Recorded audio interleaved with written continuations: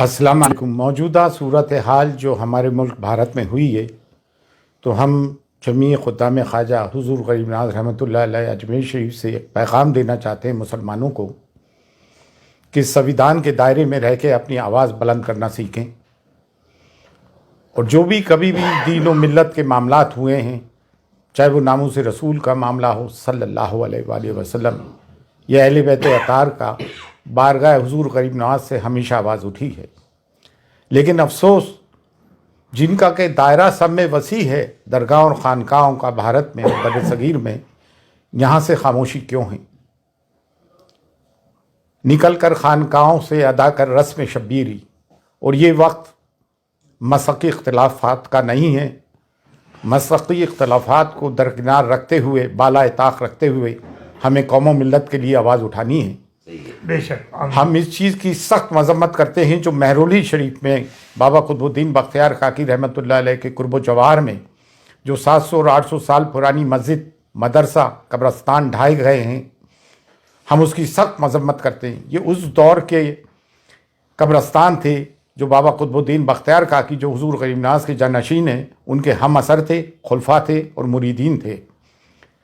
اتراکھنڈ میں جو کچھ ظلم ہوا، 14 فروری کی تاریخ تھی کورٹ کی، اس سے پہلے ہی آ کے نگر نگم نے سب ستیہ ناش کیا، باقاعدہ مشین گن چلائی گئی مسلمانوں پہ اور ظلم و مظالم اٹھائے جا رہے ہیں۔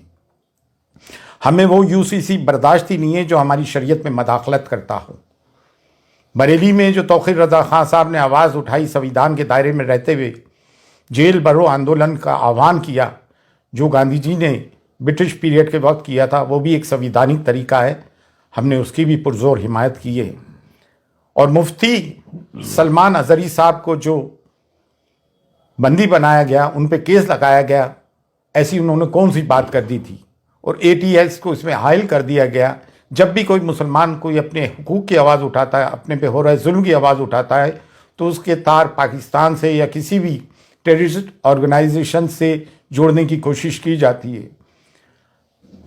صبر کی، سہنشیلتا کی ایک انتہا ہوتی ہے۔ گزشتہ 10 سال سے میڈیا اینٹی اسلام اور اینٹی مسلم اس پر کارمند ہے، لوگوں کے دلوں میں زہر بھر دیا ہے۔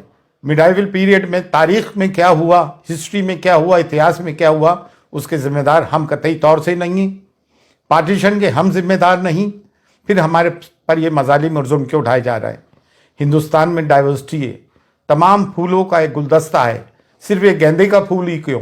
اس میں چمیلی بھی ہے، چمپا بھی ہے، موگرا بھی ہے، گلاب بھی ہے، سب کو لے کے بھارت بنا ہے ہمارا۔ سویدھان ہمیں حق دیتا ہے، اور اب کوئی بھی نگر نگم کا بلڈوزر غیر قانونی طور سے ہمارے گھروں کو بلڈوز کرتا ہے تو سب کے سب میدان میں اتر کے آؤ اور سویدھانک طریقے سے اپنے لوگوں کی حفاظت کریں۔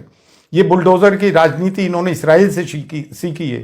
پھر نیالیہ کس کام کے، عدالتیں، کورٹ کس کام کی؟ اگر تمام کام نگر نگم اور پولیس کر لے گی تو پھر عدالت کس کام کی؟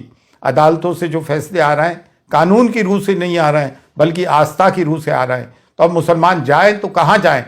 اب درگاہ اور خانقاہ جن کا کہ سب میں بڑا گہوارہ ہے، جس کی کہ بھارت میں سب میں زیادہ فالوئنگ ہے، آپ لوگ آواز کیوں نہیں اٹھاتے ہو بھائی؟ بارگاہ غریب نواز جو کلیدی درگاہ ہے، جب یہاں سے آواز اٹھ رہی ہے تو آپ لوگ بھی آئیں اور کھل کر اپنی آواز اٹھائیں۔ یہ نہ سوچیں کہ میں خاموش رہوں گا تو بچ جاؤں گا، نہیں، یہ ہم پہ یلغار کر دیا گیا ہے، اور سویدھان ہمیں حقوق دیتا ہے کہ ہم اپنی بات کو سویدھان کے دائرے میں رہتے ہوئے ڈیموکریٹک طریقے سے آواز اٹھائیں۔